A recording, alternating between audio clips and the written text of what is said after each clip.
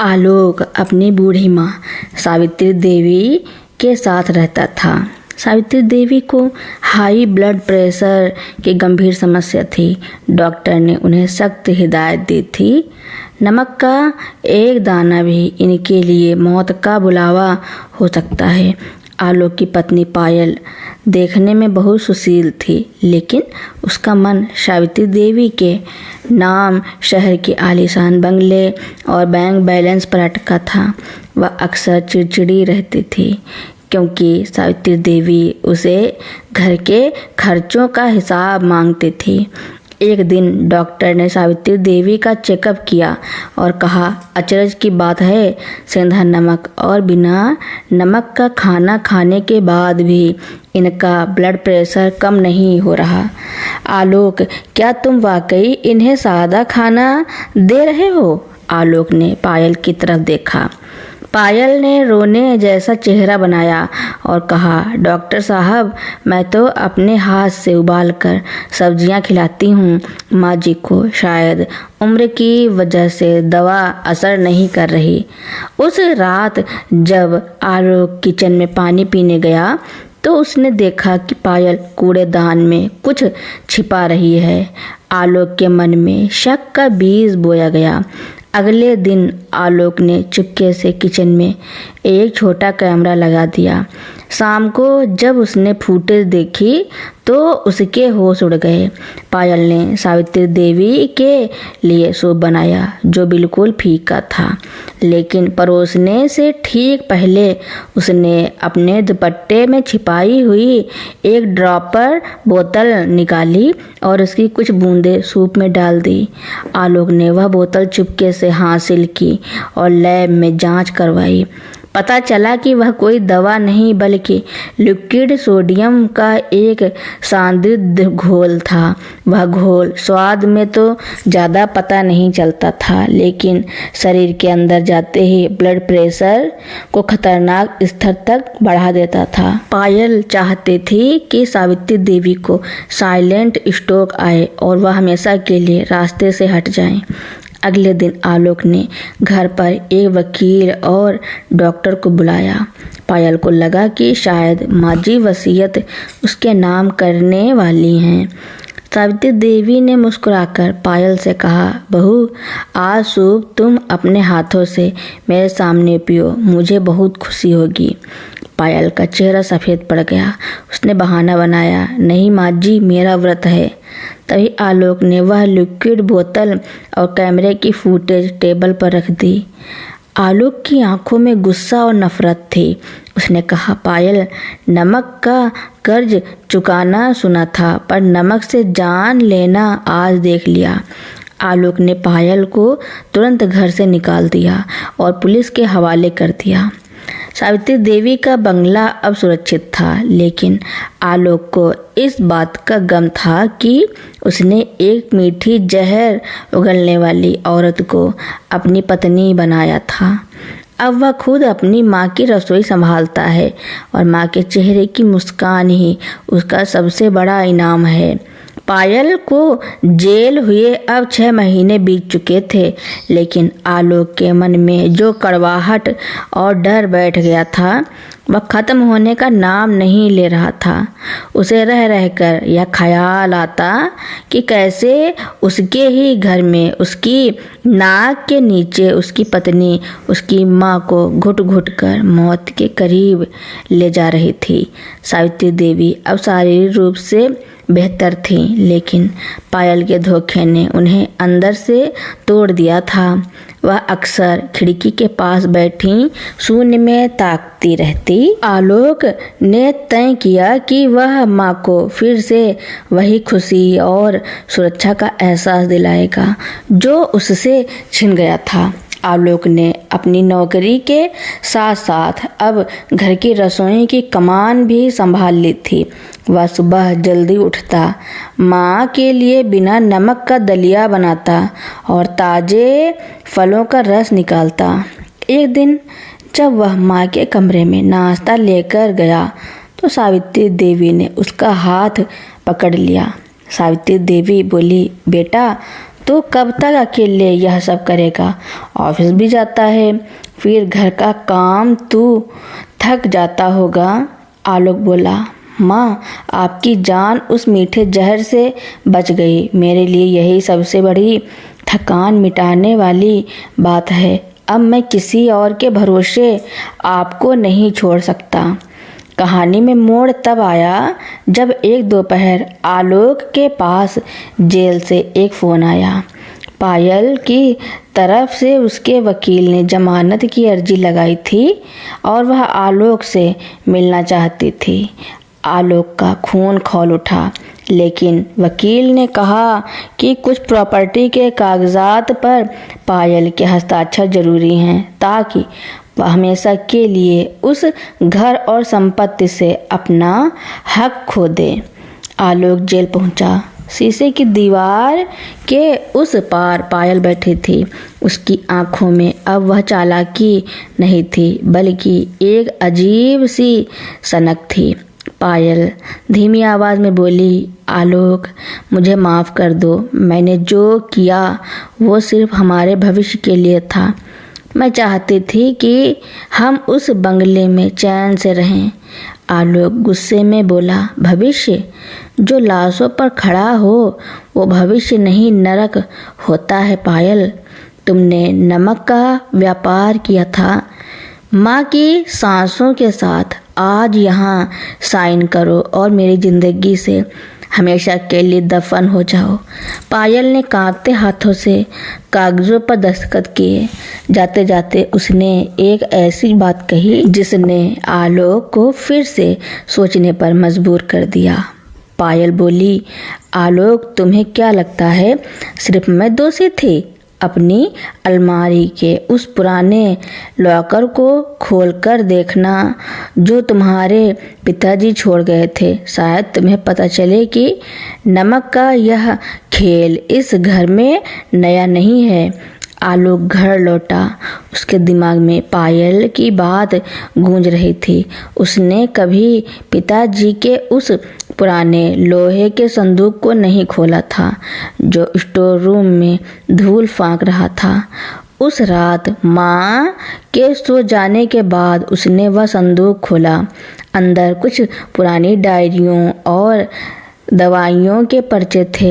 आलोक ने जब अपने पिताजी की मृत्यु के समय की रिपोर्ट देखी तो उसके हाथ कांपने लगे। उसके पिताजी की मौत भी अचानक ब्रेन हेमरेज से हुई थी, जो हाई ब्लड प्रेशर की वजह से हुआ था। पर्चों के बीच उसे एक छोटी सी पुड़िया मिली जिस पर लिखा था सोडियम कंसंट्रेट। साथ में एक चिट्ठी थी जो किसी और की नहीं बल्कि सावित्री देवी की पुरानी सहेली की थी। इसमें लिखा था, सावित्री, जो तुमने अपने पति के साथ किया वह राज मैं अपने साथ ले जाऊंगी। मुझे पैसे भेजती रहना। आलोक का सिर चकराने लगा। क्या पायल ने यह सब अपनी सास से ही सीखा था? क्या यह घर की परंपरा बन चुकी थी? वह अपनी माँ की कमरे की ओर बढ़ा। माँ गहरी नींद में थी। उनका चेहरा बहुत मासूम लग रहा था। आलोक ने वह पुड़िया और चिट्ठी जला दी। उसने फैसला किया कि वह इस सच्चाई को कभी बाहर नहीं आने देगा। वह समझ गया कि पायल को यह सब पता चल गया था और वह उसी रास्ते पर चल पड़ी थी जिस पर कभी उसकी माँ चली थी। आलोक अब एक दोराहे पर खड़ा था। एक तरफ वह माँ थी जिसने उसे पाल पोस कर बड़ा किया था और दूसरी तरफ वह खौफनाक सच जो चीख चीख कर कह रहा था कि उसके पिता की मौत प्राकृतिक नहीं थी। घर के अंदर की शांति अब उसे काट खाने को दौड़ती थी। अगले कुछ दिनों तक आलोक ने सावित्री देवी से नजरें नहीं मिलाई। वह उनके लिए खाना लाता, दवाइयाँ देती, लेकिन एक शब्द भी नहीं बोलता। सावित्री देवी जो बरसों से चालाकी का खेल खेलती आई थी, भाप गईं कि उनके बेटे के व्यवहार में बदलाव आया है। एक शाम जब आलोक माँ के पैरों में तेल लगाने बैठा तो सावित्री देवी ने उसका हाथ रोक दिया। सावित्री देवी बोली, बेटा तू मुझसे कुछ कहना चाहता है? तेरी चुप्पी मुझे पायल की साजिश से ज़्यादा दर्द दे रही है। आलोक ने धीरे से अपना हाथ छुड़ाया और अलमारी से वह जला हुआ कागज़ का टुकड़ा निकाला जो पूरी तरह राख नहीं हुआ था। उसने वह टुकड़ा माँ की गोद में रख दिया। सावित्री देवी की आंखों में एक पल के लिए डर की बिजली कौंधी और फिर वे पत्थर जैसी हो गईं। सावित्री देवी ने एक गहरी सांस ली। उनके चेहरे पर अब कोई पछतावा नहीं था, बल्कि एक पुरानी कड़वाहट थी। सावित्री देवी बोली, तो तूने देख लिया आलोक, दुनिया सिर्फ काला और सफ़ेद नहीं होती। तेरे पिता वो बाहर से जितने भोले दिखते थे, घर के अंदर उतने ही क्रूर थे। वे मुझे हर दिन तिल तिल मारते थे। मैंने उन्हें नहीं मारा, मैंने खुद को बचाया था। मैंने बस वही किया जो जीने के लिए ज़रूरी था। आलोक स्तब्ध रह गया। उसे समझ नहीं आया कि वह अपनी माँ की मजबूरी पर तरस खाए या उनके किए पर नफरत करे। आलोक बोला, और पायल, उसे यह सब कैसे पता चला? सावित्री देवी बोली, पायल बहुत चालाक थी। उसने मेरी पुरानी सहेली की उस चिट्ठी को ढूंढ लिया था। उसने मुझे ब्लैकमेल करना शुरू किया। वह कहती थी कि अगर मैं उसे घर की चाबियां और जायदाद नहीं दूंगी तो वह तुझे सच बता देगी। मैंने सोचा था कि वह सिर्फ पैसे की भूखी है, पर वह तो मेरी ही उस्ताद निकली। उसने सोचा कि जिस रास्ते से मैंने तेरे पिता को हटाया, उसी रास्ते से वह मुझे भी हटा देगी। आलोक को अब समझ आया कि पायल और सावित्री देवी के बीच क्या रिश्ता था। वह बहू और सास का रिश्ता नहीं, बल्कि दो शिकारियों का खेल था। एक शिकारी पुराना था और दूसरा नया। आलोक खड़ा हुआ और उसने खिड़की के बाहर देखा। आलोक बोला, माँ, आपने जो किया वो अपराध था और पायल ने जो किया वो भी अपराध था। फर्क सिर्फ इतना है कि आपने अपने बचाव की आड़ ली और उसने अपने लालच की। लेकिन इस सब में पिसा कौन? मैं और पिताजी। आलोक ने उस रात एक बड़ा फैसला लिया। उसने माँ को घर से नहीं निकाला क्योंकि वह उनका इकलौता सहारा था, लेकिन उसने शहर का वह आलीशान बंगला बेच दिया। उसने सारी जायदाद एक वृद्धाश्रम और चैरिटेबल हॉस्पिटल को दान कर दी। आलोक माँ को लेकर एक छोटे से किराए के मकान में चला गया। आलोक बोला, माँ, इस आलीशान घर की नींव में खून और नमक का खेल था। अब हम सादगी से जिएंगे। मेरे पास जो मेरी मेहनत की कमाई है, हम उसी में गुजारा करेंगे। ना यह वसीयत होगी और ना जायदाद का लालच। सावित्री देवी अब वाकई अकेली हो गई थी। उनके पास रहने को छत थी, बेटा साथ था, लेकिन वह रसूख और ताकत खत्म हो चुकी थी जिसके लिए उन्होंने अपने हाथ काले किए थे। पायल जेल में अपनी सज़ा काट रही थी और यहाँ बाहर सावित्री देवी अपनी यादों के जेल में कैद थी। आलोक ने अपनी माँ को माफ़ नहीं किया, लेकिन उसने अपना धर्म निभाया। वह समझ गया था कि सज़ा सिर्फ जेल में नहीं होती, कभी कभी अपनों की नज़रों में गिर जाना ही सबसे बड़ी उम्र कैद होती है। सालों बीत गए। आलोक और सावित्री देवी उस छोटे से किराए के मकान में एक नीरस और शांत जीवन जी रहे थे। आलोक अब एक स्थानीय सरकारी स्कूल में पढ़ाता था। उसकी ज़िंदगी में अब ना तो कोई बड़ा सपना था और ना ही कोई बड़ा डर, लेकिन किस्मत के पन्ने अभी पूरी तरह पलटे नहीं थे। एक दोपहर जब आलोक स्कूल से लौटा तो उसने देखा कि घर के बाहर एक टैक्सी खड़ी है। घर का दरवाज़ा खुला था। अंदर से सिसकने की आवाज़ आ रही थी। आलोक ने अंदर कदम रखा तो उसके पैरों तले जमीन खिसक गई। सामने सोफे पर पायल बैठी थी। 7 साल की जेल ने उसकी खूबसूरती और गुरूर को पूरी तरह निचोड़ दिया था। उसके बाल सफ़ेद हो चुके थे और आंखों में एक अजीब सी वीरानगी थी। अच्छे आचरण की वजह से उसकी सज़ा कुछ महीने कम कर दी गई थी। सावित्री देवी कोने में बैठी थर थर काँप रही थी। आलोक सख्त आवाज़ में बोला, तुम यहाँ क्यों आई हो? यहाँ तुम्हारे लिए कुछ नहीं बचा है। पायल धीरे से उठी और आलोक के पास आकर खड़ी हो गई। उसने अपनी झोली से एक पुरानी मटमैली डायरी निकाली। पायल बोली, आलोक, मैं यहाँ माफ़ी मांगने या जायदाद मांगने नहीं आई हूँ। जेल की काल कोठरी में मुझे एहसास हुआ कि हम तीनों, माँ जी, मैं और तुम, एक ही चक्रव्यूह में फंसे थे। माँ जी ने जो किया वो बदला था, मैंने जो किया वो लालच था, लेकिन जो तुमने किया वो सबसे बड़ा रहस्य है। पायल ने वह डायरी आलोक के हाथ में थमा दी। यह आलोक के पिता की निजी डायरी थी, जो उस पुराने संदूक के गुप्त खाने में रह गई थी। आलोक ने कांपते हाथों से आखिरी पन्ना पढ़ना शुरू किया। आज सावित्री ने फिर मेरे सूप में कुछ मिलाया। उसे लगता है मुझे पता नहीं, पर मैं उसे रोकना नहीं चाहता। मैंने सावित्री और उसके प्रेमी के बारे में सब जान लिया है। आलोक मेरा बेटा नहीं है। यह सच जानकर भी मैंने उसे पाला। अब मैं इस कड़वाहट से थक चुका हूँ। अगर सावित्री मुझे इस नमक के बहाने मौत दे रही है तो यह मेरी सज़ा नहीं, मेरी मुक्ति है। आलोक के हाथ से डायरी गिर गई।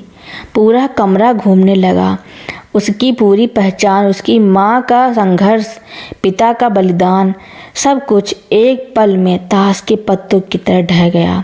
वह जिस माँ के लिए सब कुछ कुर्बान कर रहा था वह उसकी सगी माँ तो थी, पर जिस पिता के लिए वह रो रहा था वह उसका खून नहीं था, और जिस पिता को वह पीड़ित समझ रहा था वह सब कुछ जानकर भी चुपचाप मौत को गले लगा गया ताकि आलोक की पहचान पर दाग न लगे।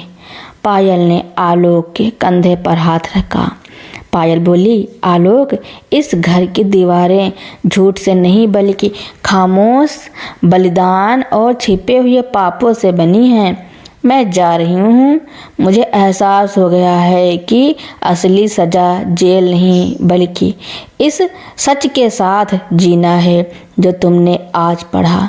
पायल हमेशा के लिए चली गई। घर में एक बार फिर सन्नाटा पसर गया। सावित्री देवी फटी फटी आंखों से आलोक को देख रही थी। उन्हें डर था कि आज आलोक उन्हें मार देगा या घर से निकाल देगा। लेकिन आलोक उठा। उसने वह डायरी उठाई और रसोई में जाकर गैस चूल्हा जलाया। उसने उस डायरी को आग के हवाले कर दिया। सावित्री देवी रोते हुए बोली, आलोक, तू तो कुछ कहेगा नहीं? आलोक ने माँ की ओर देखा। उसकी आंखों में ना अब नफरत थी ना प्यार, सिर्फ एक गहरी शून्यता थी। आलोक बोला, माँ, उस इंसान ने सब जानकर भी मुझे अपना नाम दिया। अगर मैं आज आपको छोड़ दूँ तो मैं उनके उस बलिदान का अपमान करूँगा। आप यहाँ रहेंगी मेरे साथ, लेकिन आज से मेरे लिए माँ शब्द मर गया। आप सिर्फ एक ऐसी औरत हैं जिसकी जिम्मेदारी एक बेटे ने नहीं बल्कि इंसानियत ने उठाई है। सावित्री देवी को अपनी सज़ा मिल गई थी। वह अपने ही बेटे की नज़रों में एक अजनबी बन चुकी थी। आलोक ने कभी शादी नहीं की।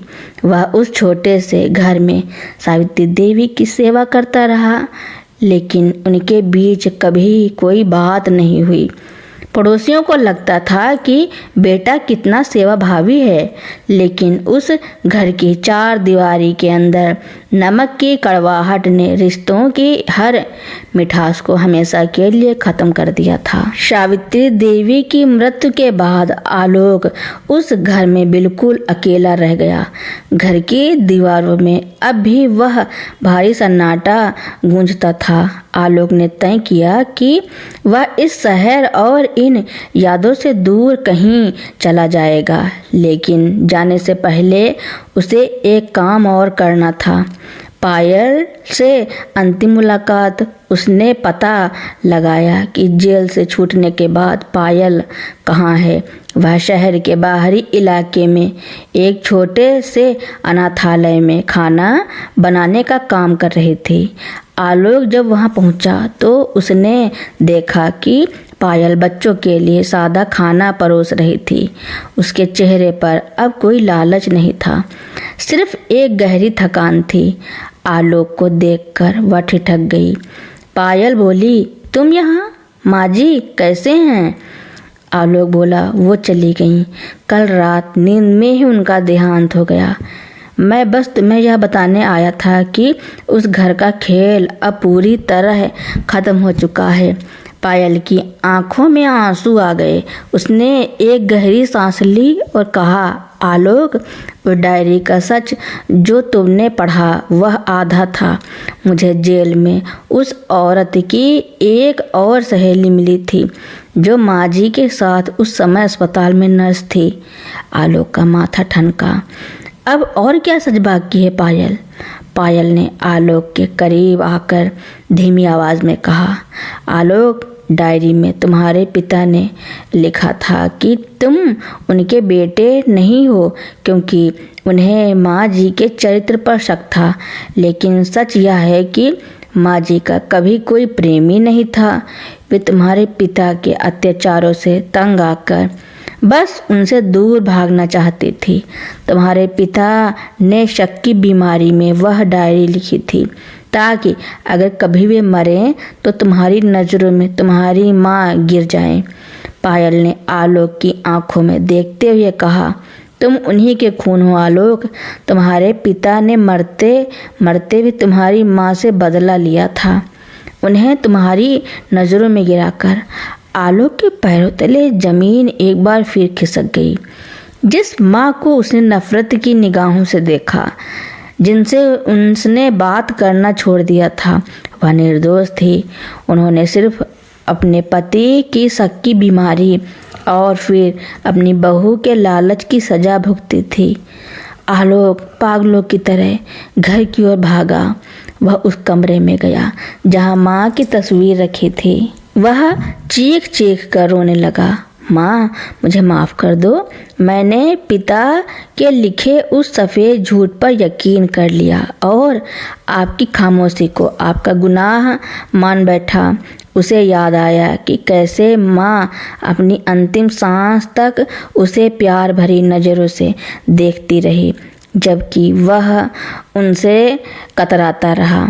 पिता ने अपनी मौत को एक हथियार बनाया था जिससे उन्हें जीते जी अपनी पत्नी और बेटे के रिश्ते का कत्ल कर दिया। आलोक ने अब भागने का इरादा बदल दिया। उसने वह घर बेच दिया, लेकिन उस पैसे से उसने एक महिला सुधार गृह बनवाया जिसका नाम उसने सावित्री स्मृति रखा। उसने पायल को उस संस्थान का ट्रस्टी बनाया। आलोक बोला, पायल, तुमने और मेरी माँ ने जो गलतियाँ की उनका कारण कहीं ना कहीं इस समाज और घर की कड़वाहट थी। अब हम मिलकर यह सुनिश्चित करेंगे कि किसी और औरत को मीठा जहर ना चुनना पड़े और ना ही कोई बेटा अपनी माँ पर शक करे। आलोक ने अब जीना सीख लिया था। उसने समझ लिया था कि सच हमेशा वह नहीं होता जो लिखा होता है। कभी कभी सच वह होता है जो हम महसूस करते हैं। नमक की वह कड़वाहट अब धीरे धीरे कम हो रही थी, क्योंकि आलोक ने अब रिश्तों को शक के तराजू पर तौलना बंद कर दिया था। उसने अपनी माँ को खो दिया था, लेकिन उसने अपनी आत्मा को फिर से पा लिया था। आलोक और पायल अब एक नई राह पर थे, लेकिन कहानी का सबसे बड़ा सबक अभी बाकी था, जो वक्त की धूल के नीचे दबा हुआ था। महिला सुधार गृह सावित्री स्मृति को शुरू हुए 1 साल बीत चुका था। आलोक और पायल के बीच अब एक पेशेवर गरिमा थी, लेकिन अतीत की कड़वाहट धीरे धीरे धुंधली हो रही थी। एक दोपहर एक बुजुर्ग वकील, जो आलोक के पिता के पुराने दोस्त थे, उस सुधार गृह में आलोक से मिलने आए। वकील साहब के हाथ में एक पुराना लिफाफा था। उनके चेहरे पर एक अजीब सा अफसोस था। वकील बोले, आलोक बेटा, जब तुम्हारी माँ का देहांत हुआ तब मैं शहर से बाहर था। तुम्हारे पिता ने मुझे यह लिफाफा देते वक्त कहा था कि इसे सावित्री के जाने के बाद ही तुम्हें देना। आलोक ने कांपते हाथों से लिफाफा खोला। अंदर एक पत्र था जिस पर उसके पिता के दस्तखत थे, लेकिन यह डायरी जैसा नफरत भरा नहीं था। मेरे बेटे आलोक, अगर तुम यह पढ़ रहे हो तो इसका मतलब है कि सावित्री ने अपना कर्ज चुका दिया है। मैं जानता था कि वह मेरे खाने में क्या मिलाती है, और मैं यह भी जानता था कि तुम मेरे ही खून हो। डायरी में जो लिखा था वह मेरा अंतिम खेल था। मैंने सावित्री के साथ जो किया उसका पछतावा मुझे था, लेकिन मैं इतना कमज़ोर था कि सीधे माफ़ी नहीं मांग सका। मैंने तुम्हें सच और झूठ के ऐसे जाल में उलझाया ताकि तुम अपनी माँ की अहमियत समझो।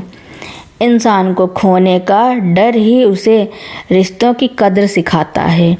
आलोक शक की बीमारी का नाटक किया था ताकि आलोक अपनी माँ के प्रति और अधिक समर्पित हो जाए, लेकिन उनका यह खेल उल्टा पड़ गया और परिवार बिखर गया। आलोक को अब समझ आया कि ना तो माँ पूरी तरह अपराधित थी, ना पिता पूरी तरह निर्दोष। पायल के लालच ने उस घर की दबी हुई आग में घी का काम किया था। हर कोई अपनी जगह एक अधूरा सच जी रहा था। उसने पायल को बुलाया और वह पत्र उसे बढ़ाया। पायल की आंखों से आंसू छलक पड़े। पायल बोली, आलोक, हम सबने एक दूसरे को परखने में जिंदगी गुजार दी। माँ जी ने नमक का सहारा लिया, पिताजी ने झूठ का और मैंने लालच का। हम में से कोई भी साफ नहीं था। आलोक बोला, शायद यही जिंदगी है पायल। हम सब मिट्टी के बने हैं और मिट्टी में मिलावट तो होती ही है। आलोक ने वह पत्र भी उसी आग में डाल दिया जिसमें उसने पिता की डायरी जलाई थी। उसने फैसला किया कि अब वह किसी भी सच की तलाश नहीं करेगा। आलोक और पायल ने कभी शादी नहीं की, लेकिन उन्होंने अपनी पूरी जिंदगी उस सुधार गृह को समर्पित कर दी।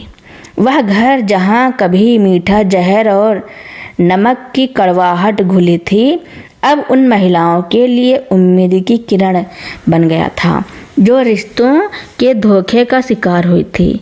सालों बाद जब आलोक बूढ़ा हुआ तो उसने अपनी वसीयत में लिखा, रिश्तों को नमक और चीनी की तरह मत तौलिए। उन्हें बस पानी की तरह रखिए, बेरंग बेस्वाद, लेकिन जीवन के लिए सबसे जरूरी। वक्त का पहिया चलता रहा। आलोक अब 65 वर्ष का हो चुका था। सावित्री स्मृति सुधार गृह अब एक विशाल वट वृक्ष बन चुका था, जहां हजारों टूटे हुए परिवार को सहारा मिला। पायल भी अब बूढ़ी हो चुकी थी, लेकिन उसके चेहरे पर वह पुरानी चालाकी की जगह अब एक शांत जैसी शांति थी। लेकिन नियति का आखिरी पत्ता अभी भी छिपा हुआ था।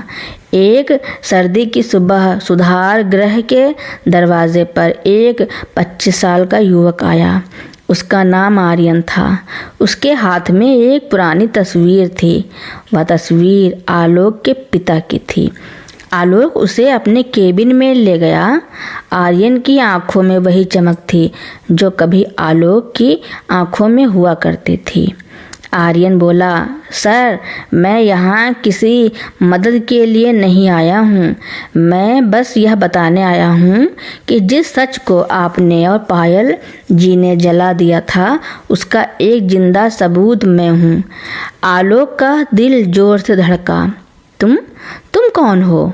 आर्यन ने एक वसीयतनामा और DNA रिपोर्ट टेबल पर रखी। आर्यन बोला, मेरे पिता यानी आपके पिताजी डायरी में झूठ लिख रहे थे क्योंकि वे एक अपराध बोध में थे। जिस सहेली की बात पायल जी ने की थी वह सिर्फ माँ जी की सहेली नहीं थी। मेरे पिता का उस औरत के साथ एक रिश्ता था जिससे मैं पैदा हुआ। आपके पिता ने अपनी वसीयत का एक छोटा सा हिस्सा मेरे नाम किया था जिसे उन्होंने गुप्त रखा। आलोक क्षण रह गया। उसके पिता ने माँ पर शक का नाटक इसलिए किया ताकि वे अपनी खुद की बेवफाई और अपने इस दूसरे बेटे यानी आर्यन के वजूद को छिपा सके। उसने माँ को अपराधी ठहराया ताकि वह खुद पीड़ित बन सके। आर्यन, लेकिन जब मुझे पता चला कि आपने अपनी पूरी जायदाद इस अनाथालय और सुधार गृह को दे दी तो मुझे समझ आया कि असली विरासत पैसा नहीं बल्कि सच है। मैं अपनी विरासत का वह हिस्सा भी इस सुधार गृह को दान करने आया हूँ। आलोक खिड़की के पास खड़ा हो गया। बाहर धूप खिली थी। उसे अब समझ आया कि यह पूरा खेल नमक, चीनी, जहर और झूठ सिर्फ एक इंसान के अपने पाप को छिपाने की कोशिश थी। उसने आर्यन को गले लगा लिया। आलोक बोला, बेटा, इस परिवार का नमक बहुत कड़वा है लेकिन तुमने आज उस कड़वाहट को ख़त्म कर दिया। तुम मेरे भाई हो और यही इस कहानी का सबसे सुंदर अंत है। आलोक ने उस रात अपनी डायरी में आखिरी शब्द लिखे। रिश्तों की कड़वाहट कभी कभी नस्लों तक चलती है लेकिन एक सच और त्याग उसे हमेशा के लिए ख़त्म कर सकता है। आज मेरे पिता का वह पुराना नमक का कर्ज उतर गया। कुछ दिनों बाद आलोक की मृत्यु उसी सुधार गृह में शांति से हुई। उसके सिराहने आर्यन और पायल बैठे थे। सुधार गृह के बगीचे में एक नई तख्ती लगाई गई जिस पर लिखा था, यहाँ नफरत की कोई जगह नहीं क्योंकि यहाँ सच कड़वा नहीं मीठा होता है। तो दोस्तों, मेरी कहानी सुनने के लिए आपका बहुत बहुत धन्यवाद। ऐसी ही कहानियाँ सुनने के लिए मेरे चैनल को लाइक, कमेंट, शेयर, सब्सक्राइब एवं बेल आइकन का बटन दबाना ना भूलना ताकि मेरी नई नई कहानियाँ आप तक पहले ही पहुँचती रहें।